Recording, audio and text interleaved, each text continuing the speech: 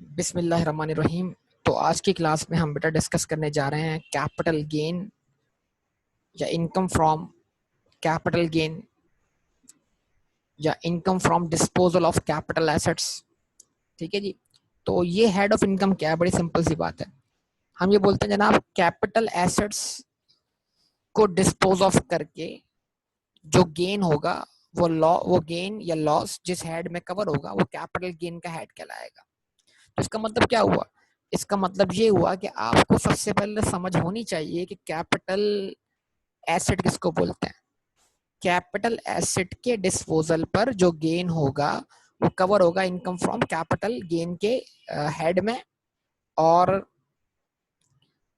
आपको ये बात समझ लगनी चाहिए कि जनाब के कैपिटल एसेट किसको कहते हैं और वो चार्जेबल है अक्रूवल बेसिस पर। मतलब अगर आपने कैपिटल एसेट डिस्पोज ऑफ कर दिया है और आपका राइट टू रिसीव एस्टैब्लिश हो चुका है और आपको पैसे अगर नहीं मिले तो भी आपका वो गेन जो होगा वो चार्जेबल होगा अक्रूवल बेसिस पर। तो इन तमाम बातों को ध्यान में रखिएगा लाजमी। ठीक है जी। तो सबसे पहली चीज, इसका मतलब क्या हुआ? सबसे इंपॉर्टेंट चीज क्या है? इस हेड ऑफ इनकम की टैक्सेबिलिटी किस बेसिस पर है बताइए? इस हेड ऑफ इनकम की टैक्सेबिलिटी किस बेसिस पर है? सब बताइए। अक्रूवल बेसिस पर है, ऐसा ही है। इस हेड ऑफ इनकम की टैक्सेबिलिटी किस बेसिस पर है? अक्रूवल बेसिस पर। मतलब अगर आपने टैक्स ईयर 1 में कैपिटल एसेट डिस्पोज ऑफ किया लेकिन आपको रिसिट मिलती है टैक्स ईयर 2 में, तो टैक्स ईयर 1 में कैपिटल एसेट डिस्पोज ऑफ करके आपका राइट टू रिसीव क्या हो चुका है? एस्टैब्लिश हो चुका है। अब बताइए कैपिटल गेन को आप टैक्सेबल कहां करेंगे? टैक्स ईयर 1 में या टैक्स ईयर 2 में?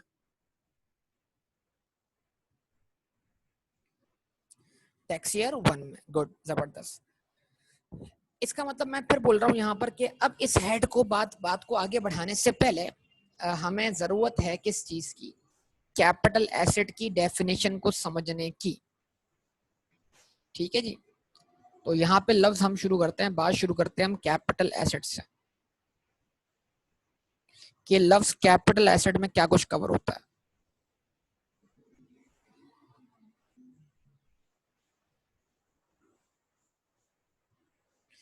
ठीक है। तो कैपिटल एसेट क्या है? कैपिटल एसेट की डेफिनेशन क्या है? अच्छा, इस स्ट्रक्चर को बुनियादी तौर पर अपने जहन में बिठाइएगा।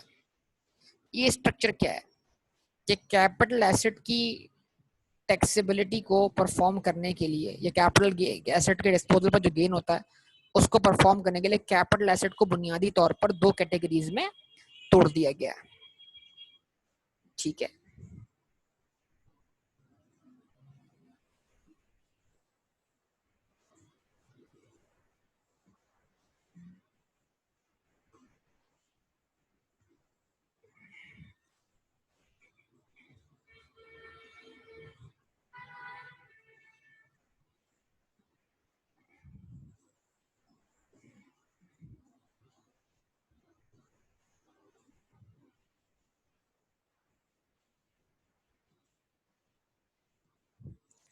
वो दो कैटेगरीज क्या है उसको मैं नाम दे रहा हूं specified capital assets.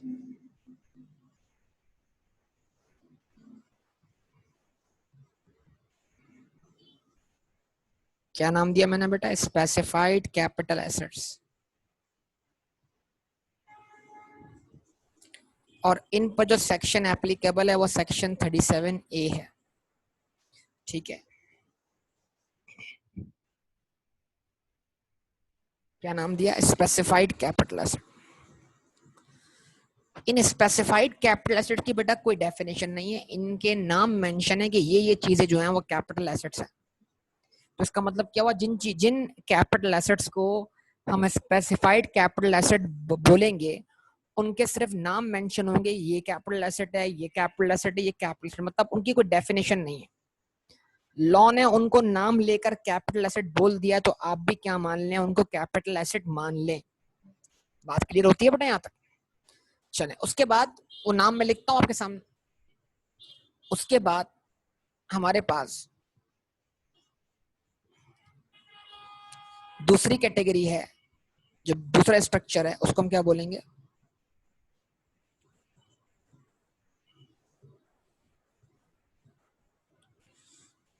Other than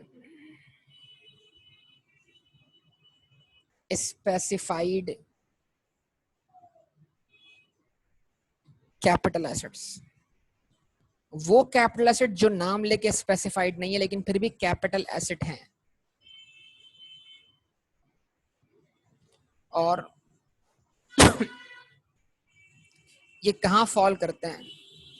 ये फॉल कर जाएंगे सेक्शन 37 में। तो इसका मतलब ये हुआ कि बेसिकली बेटा, बेसिकली कैपिटल एसेट को हमने दो हिस्सों में तोड़ दिया, 37A सेक्शन और 37 सेक्शन। 37A सेक्शन में वो कैपिटल एसेट्स मौजूद हैं जिनके नाम मेंशन है, जिनकी कोई डेफिनेशन नहीं है। और 37 जो कि other than specified capital asset है, तो इनको कैपिटल एसेट क्यों मानते हैं? इनको हम कैपिटल एसेट बेटा इसलिए मानते हैं कि ये कैपिटल एसेट की डेफिनेशन में फॉल कर जाएंगे। मतलब जब हम बात करते हैं इस कैटेगरी की, तो यहाँ पर बाकायदा कैपिटल एसेट की क्या है, डेफिनेशन है। अब वो डेफिनेशन क्या है उससे हम बात शुरू करते हैं, ठीक है।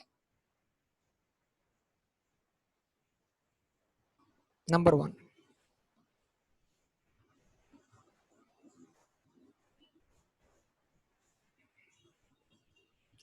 Property of any kind,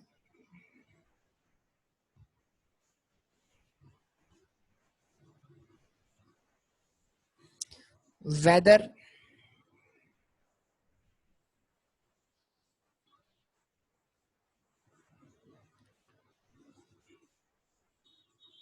connected, yes क्या गया यहाँ पे कॉमा लगा दें, प्रॉपर्टी ऑफ एनी काइंड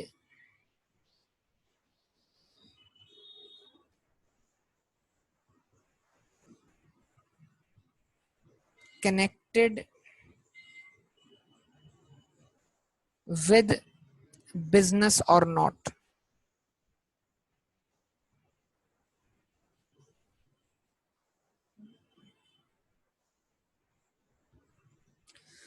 बड़े खतरनाक पॉइंट्स हैं बेटा, बड़ी तसल्ली से समझने की जरूरत है। मतलब किसी भी किस्म की प्रॉपर्टी, किसी भी किस्म की प्रॉपर्टी, चाहे उसका ताल्लुक बिजनेस से हो या ना हो, यानी चाहे वो आपकी पर्सनल प्रॉपर्टी क्यों ना हो, हर किस्म की प्रॉपर्टी कैपिटल एसेट है। तो बेटा अगर ये जुमला सिर्फ इतना ही है ना, इससे आगे कुछ नहीं है, तो इसका मतलब यह है फिर दुनिया में कोई और हेड ऑफ इनकम एग्जिस्ट ही नहीं करता सिवाय कैपिटल एसेट के। मतलब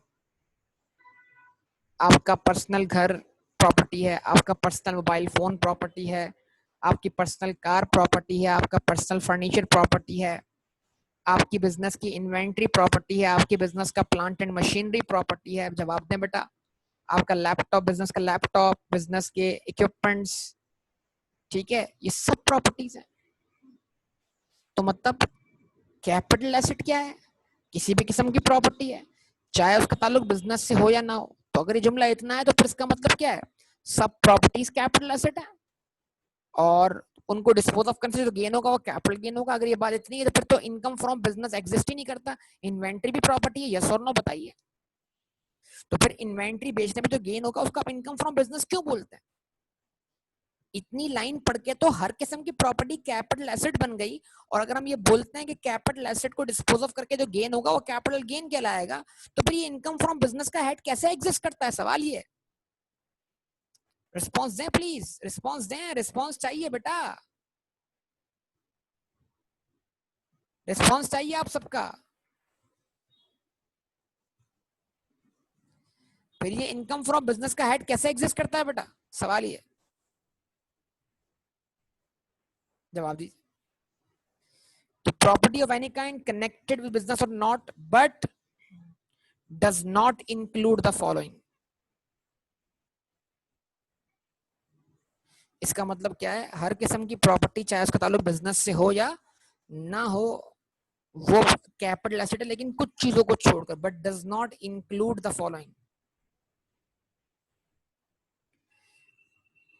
इसका मतलब क्या है? कुछ चीजें इसमें से क्या कर दी गई हैं? एक्सक्लूड कर दी गई हैं। जवाब दीजिए।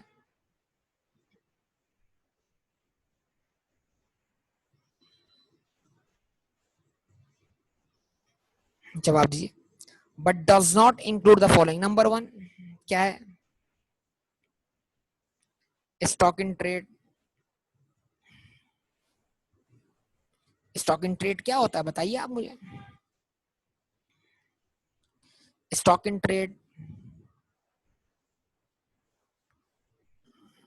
Raw material, held for business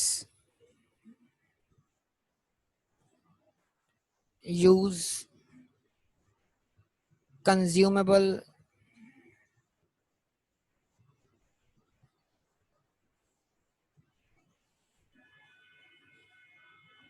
stores।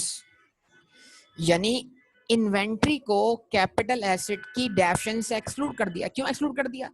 कि अगर एक्सक्लूड ना करते ना फिर तो बेटा इन्वेंट्री पे होने वाला गेन भी कैपिटल गेन बन जाता। तो इन्वेंट्री को कैपिटल एसेट की डेफिनेशन से निकाल दो ताकि इन्वेंट्री कहां कवर हो जाए, इनकम फ्रॉम बिजनेस। जवाब दें प्लीज बेटा, रिस्पॉन्स दें, लाजमी जवाब दें, लाजमी। अच्छा ओके, नंबर 2,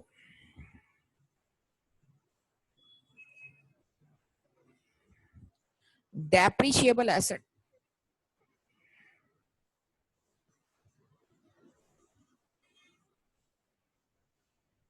और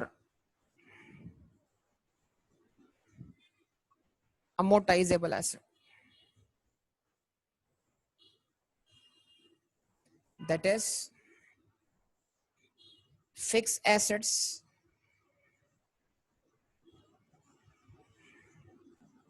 or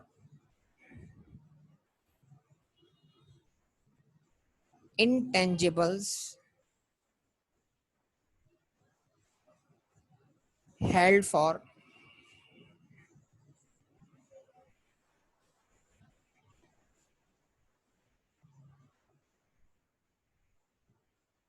business use। यानी वो प्रॉपर्टीज जो बिजनेस के यूज में है, जिनको बिजनेस कंज्यूम कर रहा है, plant, machinery, factory building, office building, warehouse. जवाब दें बेटा, रिस्पॉन्स दें बेटा। Software, patents, licences. जवाब दें। तो अगर ऐसी प्रॉपर्टीज बिजनेस के यूज में है तो फिर ये डेप्रिशिएबल एसेट और अमोर्टाइजेबल एसेट्स। ये इनकम फ्रॉम, ये properties income from business generate करने के लिए इस्तेमाल हो रही हैं, तो ये भी कैपिटल एसेट नहीं है, ये भी कैपिटल एसेट नहीं है। तो इसका मतलब क्या हुआ? अगर आप कोई ऐसी बिल्डिंग डिस्पोज ऑफ करते हो जो कि आपके बिजनेस यूज में थी, फैक्ट्री बिल्डिंग डिस्पोज ऑफ कर दी, वेयर हाउस डिस्पोज ऑफ कर दिया, ऑफिस बिल्डिंग डिस्पोज ऑफ कर दी, plant and machine dispose of कर दिया, तो वो डेप्रिशिएबल एसेट है। उसको डिस्पोज ऑफ करके जो गेन होगा वो कैपिटल गेन नहीं होगा, बल्कि वो भी इनकम फ्रॉम बिजनेस ही होगा। यस और नो? जवाब दें। वो इनकम फ्रॉम बिजनेस होगा बेटा। ठीक है, रिस्पॉन्स देंगे बेटा, बात समझ में आती है? सही है, ओके। नंबर 3,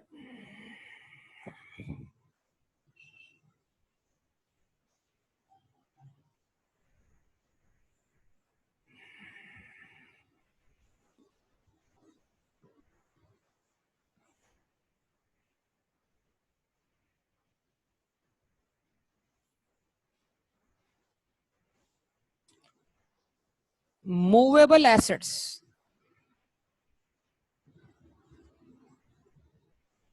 held for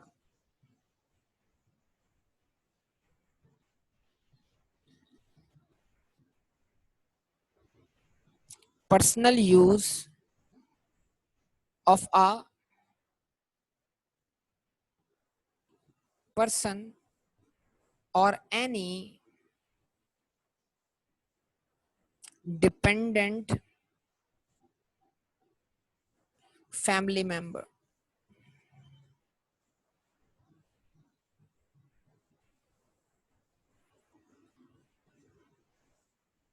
ठीक है, कि मूवेबल एसेट मतलब जो एक जगह से दूसरी जगह मूव हो सकते हैं। क्या है कार? क्या कार मूवेबल एसेट है? क्या कार मूवेबल एसेट है? जवाब दें। क्या मोबाइल फोन मूवेबल एसेट है? क्या लैपटॉप मूवेबल एसेट है? जवाब दें बेटा, रिस्पॉन्स दें। तो कार, अगर अगर कार पर्सनल है, पर्सनल मतलब आपके पर्सनल यूज में है, तो फिर वो क्या है? पर्सनल मूवेबल एसेट है। यस और नो? अगर लैपटॉप पर्सनल है तो पर्सनल मूवेबल एसेट है। रिस्पॉन्स दें बेटा, रिस्पॉन्स दें, जवाब दे देते हैं। अगर मोबाइल फोन पर्सनल यूज में है तो पर्सनल मूवेबल एसेट है। तो वो एसेट्स जो आपके पर्सनल यूज में है मूवेबल, उनको भी कैपिटल एसेट की डेफिनेशन से एक्सक्लूड कर दिया गया है, ताकि उनको डिस्पोज ऑफ करके जो गेन हो वो टैक्सेबल ना हो बल्कि एग्जेम्प्ट हो, उसको कैपिटल से ट्रीट किया जाए। यस और नो? अब फर्क कर लें, एक कार जो बिजनेस यूज में है तो फिर वो क्या है? डेप्रिशिएबल एसेट है। यस और नो?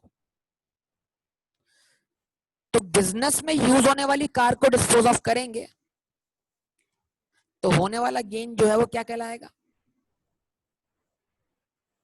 जल्दी बताएं, जल्दी बताएं। बिजनेस में यूज होने वाली गाड़ी को क्या करेंगे? डिस्पोज ऑफ करेंगे। होने वाला गेन क्या कहलाएगा बेटा? इनकम फ्रॉम बिजनेस कहलाएगा। पर्सनल कार को डिस्पोज ऑफ करेंगे तो होने वाला गेन क्या कहलाएगा?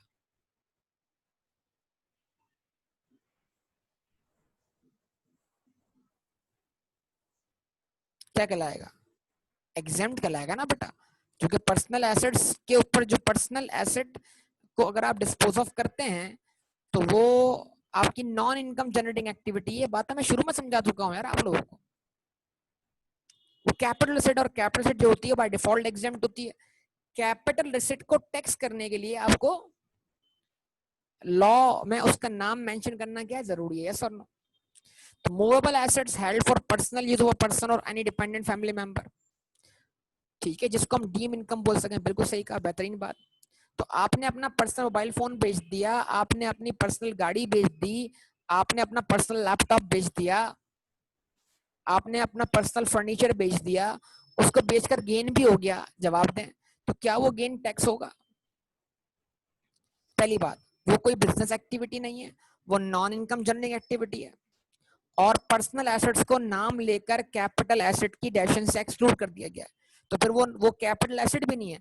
अगर वो थर्ड पॉइंट, अगर यहाँ पे देखो समझना बात को, अगर मैं थर्ड पॉइंट को यहाँ से रिमूव कर दूं ना, एक्सक्लूजन हटा दूं, तो फिर रिमूव करने का मतलब पता है क्या होगा? मूवेबल एसेट्स जो हैं वो कैपिटल एसेट की डेफिनेशन में क्या हो जाएंगे? शामिल हो जाएंगे। यस और नो? जरा इस बात पर गौर कीजिए। यहां पर किसी भी पॉइंट को मिटाने का मतलब ये है कि उस चीज को जो कि एक्सक्लूड हुई हुई है उसको कैपिटल एसेट की डेफिनेशन में शामिल कर देना। जो कि ऊपर वाली जो लाइन है ना, वो सबको लपेट में ले रही है, हर चीज लपेट में आ रही है उससे। यस और नो?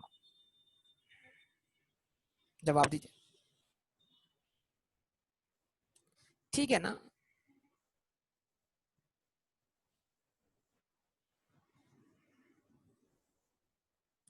क्या ये बात समझ में आती है बेटा?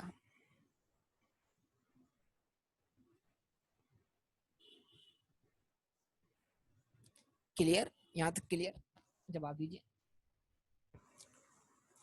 अच्छा, अब एक्सेप्शन पे एक्सेप्शन है, मतलब एक्सक्लूजन पे एक्सक्लूजन मतलब इंक्लूजन। देखिए, एक्सक्लूजन पे एक्सक्लूजन मतलब इंक्लूजन, समझेगा जरा।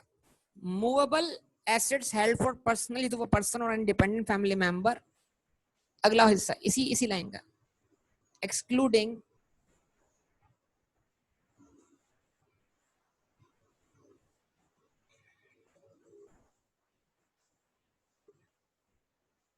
certain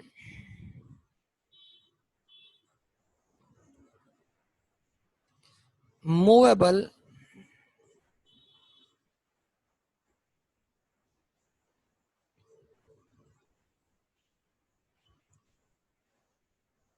personal assets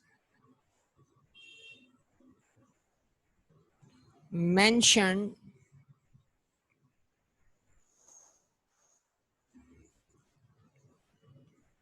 in what? In section 38 subsection 5। मतलब मूवेबल पर्सनल एसेट्स जो हैं वो कैपिटल एसेट नहीं है, उन पर्सनल एसेट्स को छोड़कर जो कहां मेंशन है? Section 38 subsection 5। मतलब सेक्शन 38 सबसेक्शन 5 में जो पर्सनल एसेट मौजूद हैं वो तो कैपिटल एसेट है ही है। Yes sir? तो एक्सक्लूजन पे एक्सक्लूजन मतलब इंक्लूजन।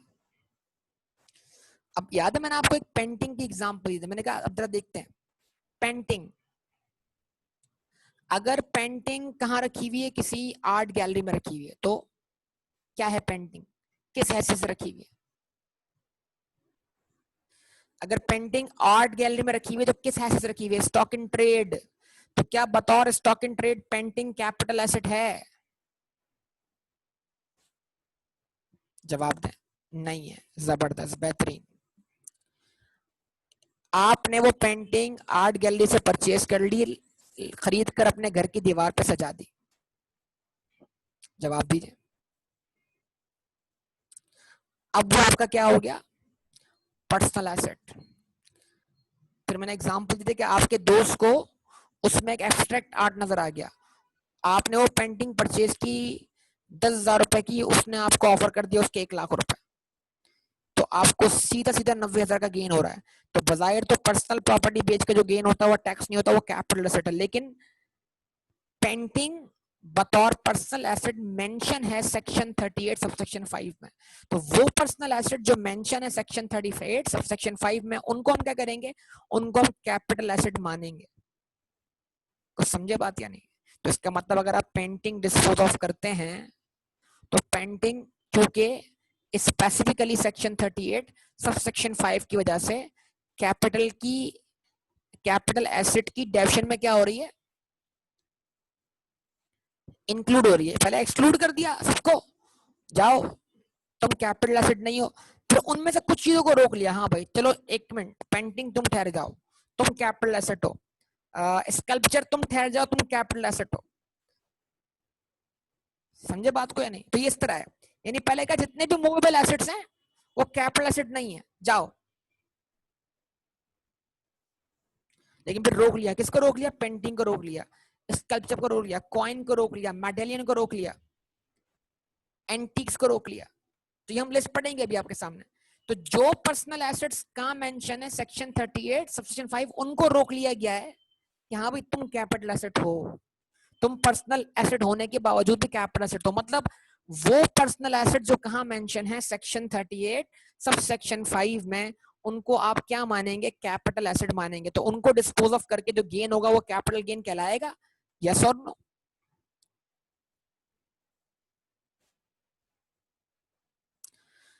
ठीक है जी। अच्छा, क्या यहां पर इमूवेबल प्रॉपर्टी मेंशन है? क्या यहां पर इमूवेबल प्रॉपर्टी मेंशन है? तो क्या वो प्रॉपर्टी नहीं है? तो क्या हमने इमूवेबल प्रॉपर्टी को एक्सक्लूड किया? क्या हमने इमूवेबल प्रॉपर्टी को एक्सक्लूड किया? नहीं किया। वैसे पहले यहाँ पर पॉइंट नंबर 4 भी हुआ करता था, जहां जिसका नाम था immovable property held for personal use. तो पहले इन्होंने इमूवेबल प्रॉपर्टी को भी एक्सक्लूड किया हुआ था। वो पर्सनल प्रॉपर्टी जिसमें आप रहते हैं या जो आपने इजाफे से खरीदी हुई है, पर्सनल प्रॉपर्टी हो, लेकिन वो भी पहले कैपिटल एसेट में नहीं थी। लेकिन उन्होंने क्या किया? पॉइंट नंबर 4 यहां से मिटा दिया। तो जैसे ही पॉइंट नंबर 4 यहां से मिट गया, तो अब इमूवेबल प्रॉपर्टी जो है वो लैंड और बिल्डिंग जो क्या हो गई? वो कैपिटल एसेट डेफिनेशन में क्या हो गई? शामिल हो गई, क्योंकि वो एक्सक्लूजन में नहीं है। यस और नो? तो लैंड और बिल्डिंग जो कि पर्सनल यूज में है, लैंड और बिल्डिंग जो कि पर्सनल यूज में है, वो क्या है बेटा? वो इमूवेबल प्रॉपर्टी है और वो कैपिटल एसेट है। अब जरा चंद मसलों को जरा डिस्कस कर लें। फैक्ट्री बिल्डिंग है, फैक्ट्री बिल्डिंग है, कोई जवाब दे, फैक्ट्री बिल्डिंग है कि नहीं है? है। अच्छा ओके। बिजनेस यूज में है या पर्सनल यूज में? तो जो एसेट बिजनेस यूज में होगा उसको हम नाम देंगे डेप्रिशिएबल एसेट। तो आपने अगर फैक्ट्री बिल्डिंग बेची,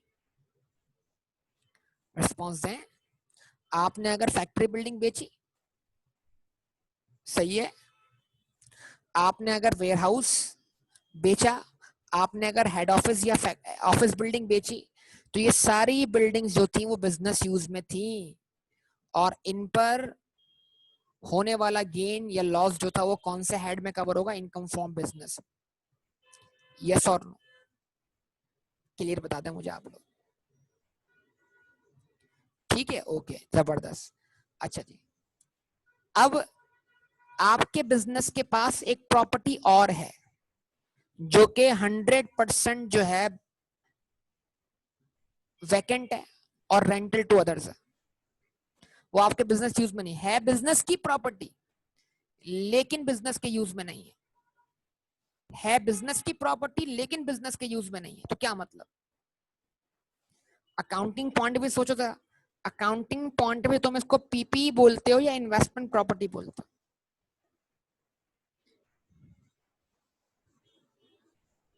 रिस्पॉन्स दो, अरे भाई रिस्पॉन्स दो भाई, रिस्पॉन्स। इन्वेस्टमेंट प्रॉपर्टी, तो अगर एक प्रॉपर्टी 100% रेंटल टू अदर्स है, यानी उस प्रॉपर्टी का कोई एक भी हिस्सा बिजनेस यूज में ना हो, तो वो प्रॉपर्टी भी फिर वो प्रॉपर्टी टैक्स के लिहाज से डेप्रिशिएबल एसेट की डेफिनेशन में कवर नहीं होगी बेटा, क्योंकि टैक्स से इसकी एक डेफिनेशन है डेप्रिशिएबल एसेट की, जो हम चैप्टर नंबर 12 में पढ़ते हैं, वहां मैं इस टॉपिक को दोबारा कवर करूंगा। तो अगर एक प्रॉपर्टी बिजनेस के पास है जो कि 100% बिजनेस यूज में नहीं है, बल्कि क्या है, रेंटल टू अदर्स, या बिजनेस ने जमीन खरीद के छोड़ दी है वैल्यू एप्रिशिएशन के लिए, वो बिजनेस यूज में नहीं है, जवाब दें बेटा।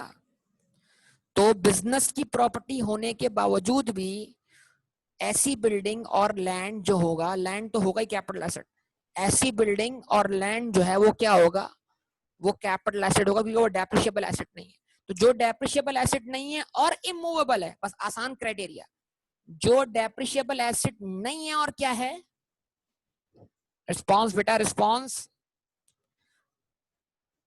जो डेप्रिशिएबल एसेट नहीं है और क्या है, इमूवेबल है, वो क्या है, वो कैपिटल एसेट है।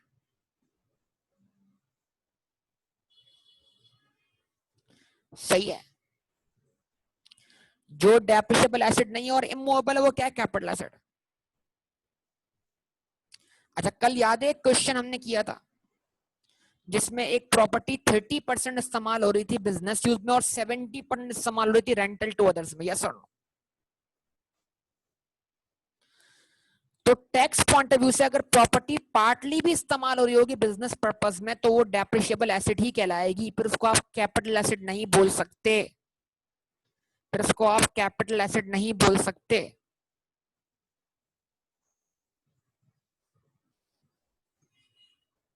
क्लियर है बात?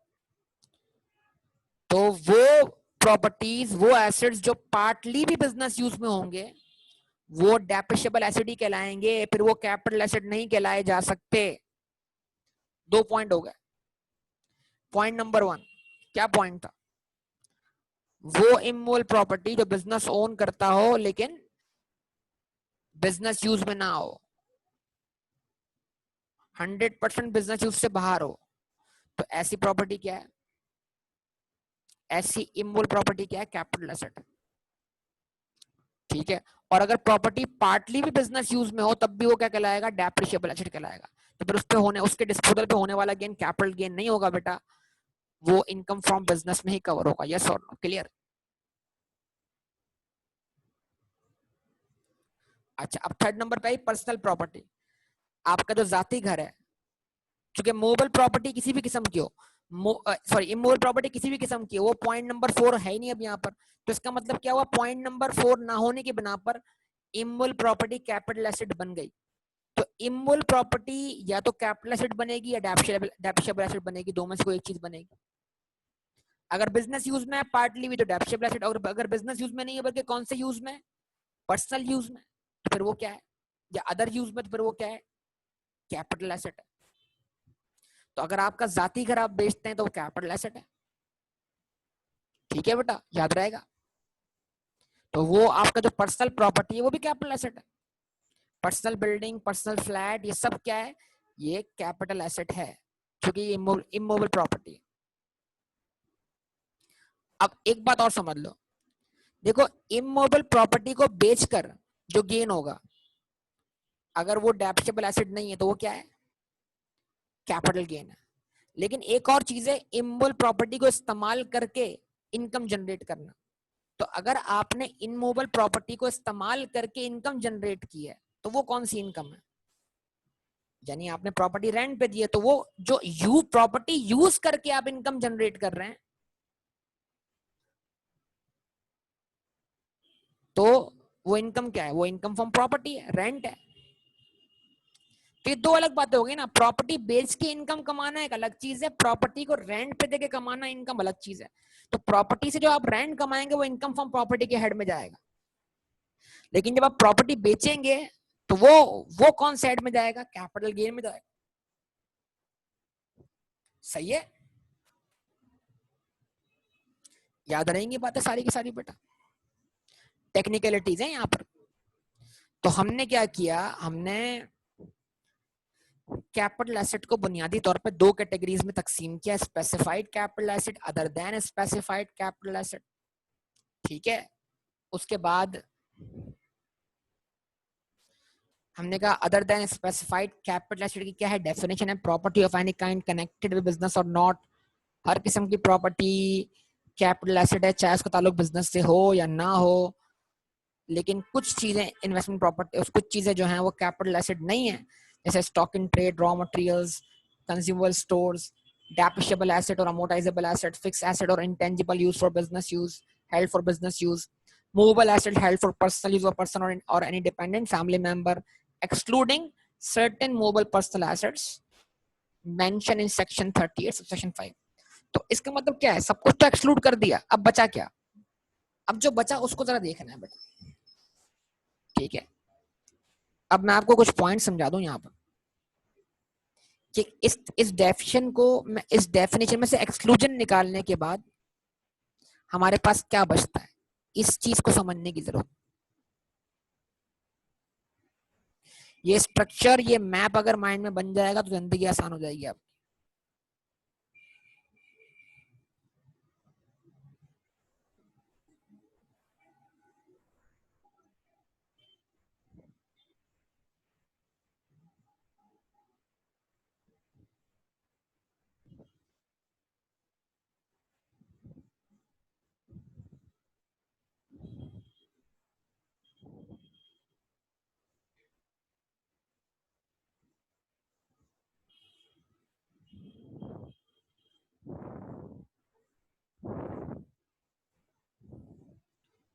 ठीक है जी।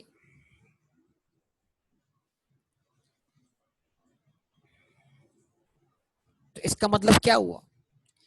अब अगर हम एक्सक्लूजन निकाल दे तो हमारे पास क्या बचता है, इसको देखना और समझना है। सर क्या बचता है? बचता है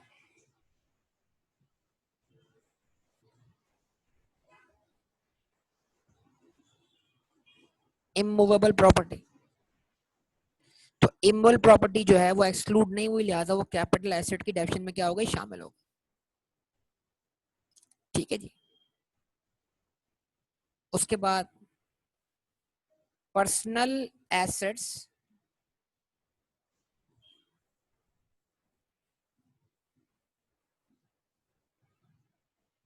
सेक्शन 38 सब सेक्शन 5, वो पर्सनल एसेट जो कहाँ मेंशन है? Section 38 section 5। और उसके बाद अदर एसेट्स जो एक्सक्लूजन में कवर ना हो पाए। ठीक है जी। तो चूंकि इमूवेबल प्रॉपर्टी एक्सक्लूड नहीं हुई, तो सबसे पहले क्या आ गया बेटा? लैंड आ गया। जमीन जो है वो कैपिटल एसेट ही है, क्योंकि जमीन अगर आप ओन करते हैं तो आप जमीन को डेप्रिशिएट नहीं करते, तो जमीन डेप्रिशिएबल एसेट नहीं बन सकती कभी भी। ठीक है। नंबर 2,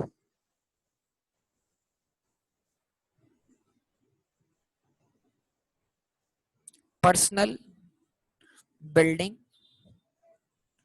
वो बिल्डिंग जो आपके पर्सनल यूज में हो। नंबर 3,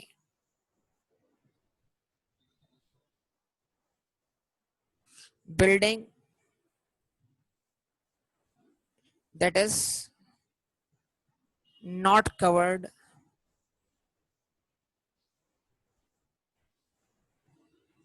under the definition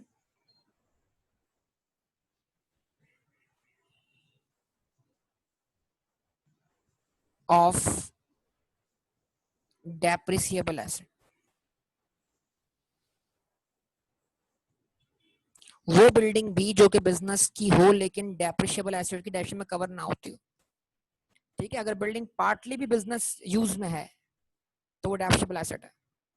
तो इट मीन अगर building 100% other than business use है तो फिर वो बिल्डिंग जो है वो क्या कहलाएगी बेटा, वो कैपिटल एसेट कहलाएगी बिल्डिंग, लाजमी।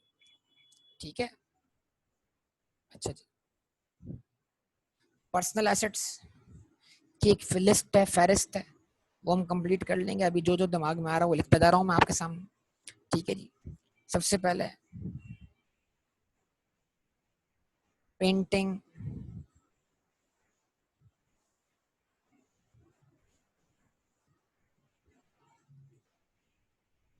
Sculpture,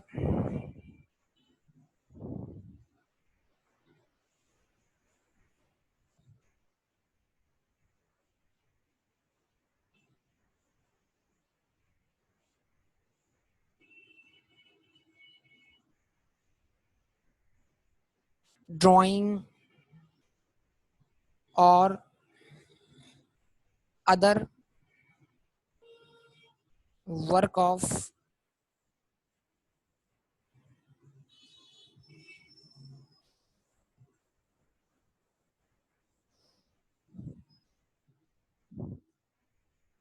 art.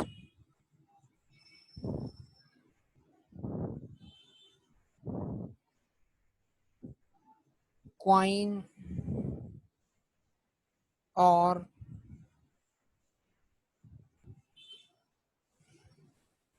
Medallion,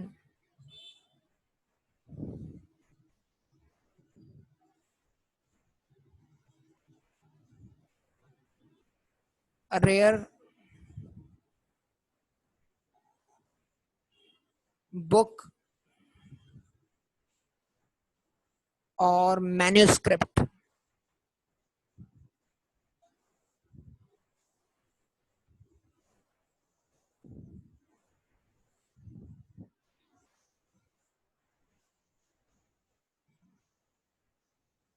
postage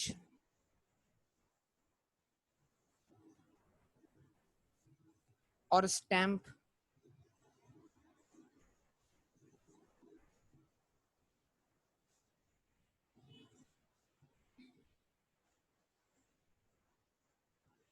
number 5 first day cover.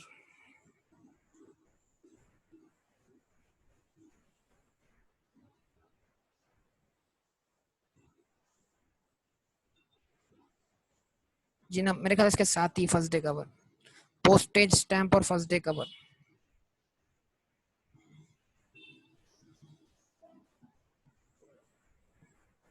ठीक है जी। Number 5 jewellery. ज्वेलरी क्या है, मूवेबल है, मूवेबल।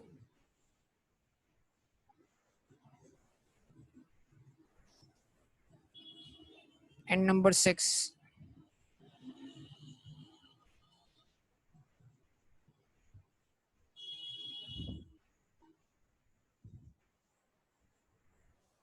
एन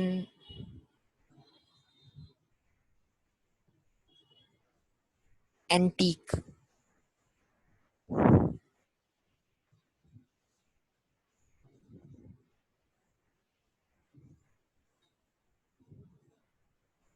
अभी लिखा हुआ मिल जाएगा वहां से बेटा, किताब से। पेंटिंग, स्कल्पचर, ड्राइंग और other work of art, other work of art. ठीक है, सही है बेटा।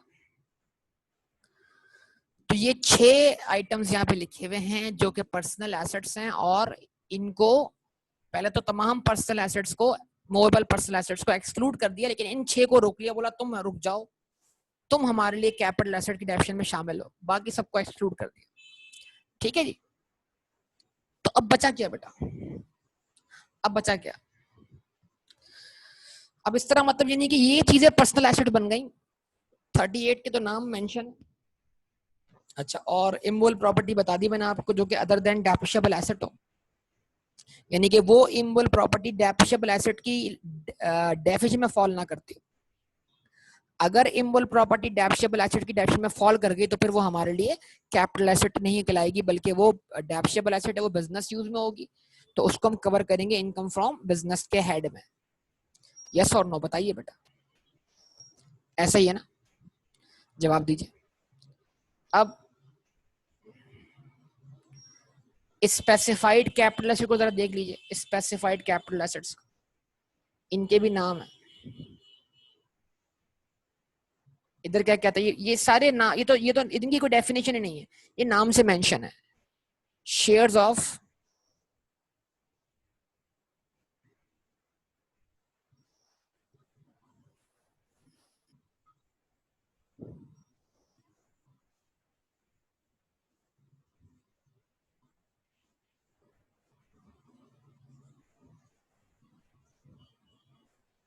Shares of public company.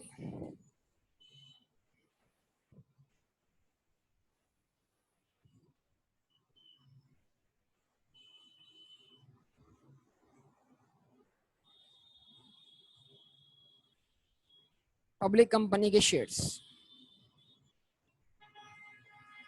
ठीक है जी। उसके बाद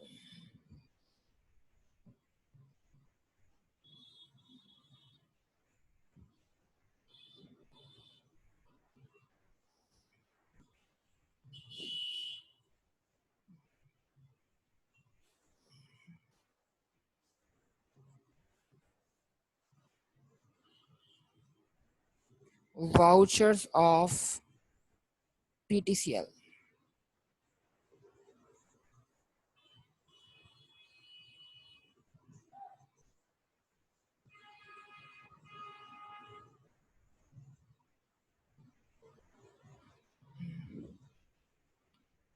N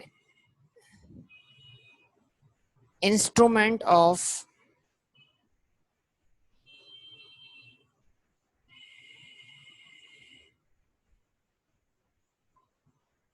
redeemable capital.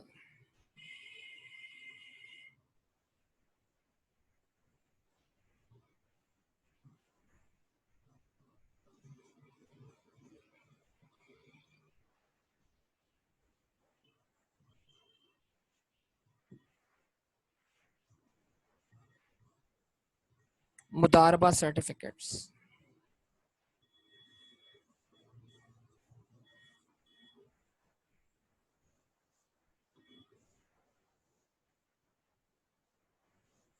Number 5 debt securities.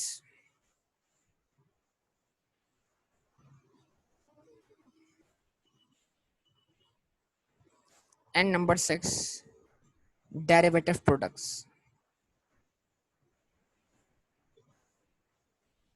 ये 6 आइटम जो हैं, इनको तो नाम लेकर बोल दिया है कैपिटल एसेट हैं। अब इनकी कोई डेफिनेशन नहीं है, इनको इनको कैपिटल एसेट माना जाएगा। मतलब ये 6 आइटम जब भी डिस्पोज ऑफ होंगे, उन पे होने वाला गेन कैपिटल गेन कहलाएगा। ये होगा स्पेसिफाइड कैपिटल एसेट। अब बचे क्या हमारे पास, देखो जो बचे वो सारे ऑटोमेटिक कहाँ गए, अदर एसेट्स पे गए। देखो मैंने आपके सामने एक डेफिनेशन बनाई, उसमें जो आ सका वो लिख दिया, जो स्पेसिफाइड में चला गया वो वहां लिख दिया। अब जो बचा वो ऑटोमेटिक इधर आ गया अदर एसेट्स के अंदर, सेक्शन 37 फॉल कर गया। समझ रहे हैं मेरी बात को? तो ऊपर लिखा हुआ है शेयर्स ऑफ पब्लिक कंपनी, तो अब नीचे हम बोलेंगे shares of private company. Shares of private company यहाँ आ गया।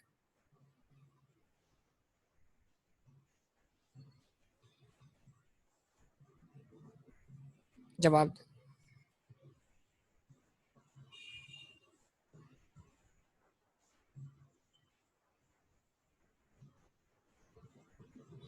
उसके बाद और क्या सकता है इसमें?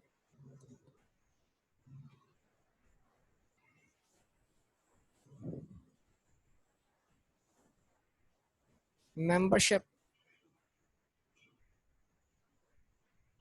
कार्ड, किसी क्लब का कार्ड हो, स्टॉक एक्सचेंज कार्ड हो, मेंबरशिप कार्ड आ गया। इसको तब सबको मैं तफसीलन बताऊंगा, लेकिन अभी ये पॉइंट्स आपको याद रखना है।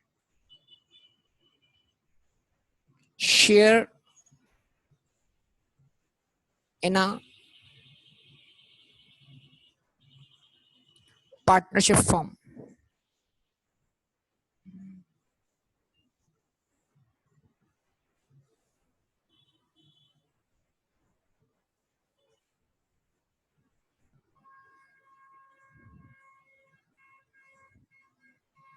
ठीक है जी।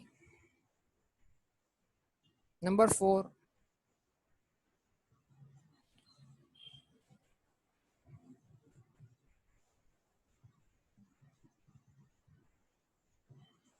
Mining rights, so on. अभी आपके सामने क्या होगा बेटा, ये सब चीजें आपके सामने आ गई हैं। अब ये आपके सामने एक, मैं मतलब सारा आपके सामने तफसीलात आ गई हैं कि भाई क्या क्या चीजें कैपिटल एसेट हैं और कैपिटल की कौन सी कैटेगरी है। मतलब बुनियादी तौर पे 2 कैटेगरी हैं, सेक्शन 37A और सेक्शन 37। 37A की कोई डेफिनेशन ही नहीं है, वो स्पेसिफाइड है, 6 आइटम वहाँ लिखे हुए हैं। उसके बाद आ गए हम सेक्शन 37 पर, उनकी डेफिनेशन है, और डेफिनेशन में जो कुछ भी एक्सक्लूड नहीं हो सका उनके हम नाम लिख लिए, और वो 3 हिस्सों में मैंने लिख दिए हैं। Immovable property, personal asset of section 38 section 5 and other assets. तो इन सब की तफसीलात इंशाल्लाह हम फिर कवर करेंगे आइंदा क्लास के अंदर। ठीक है, इनको तफसील से हम क्या करते हैं, समझते हैं और देखते हैं इंशाल्लाह। ओके बेटा, यहाँ तक स्टॉप करेंगे, बाकी सारा डिस्कशन होगा अगली क्लास में। ओके, अल्लाह हाफिज़।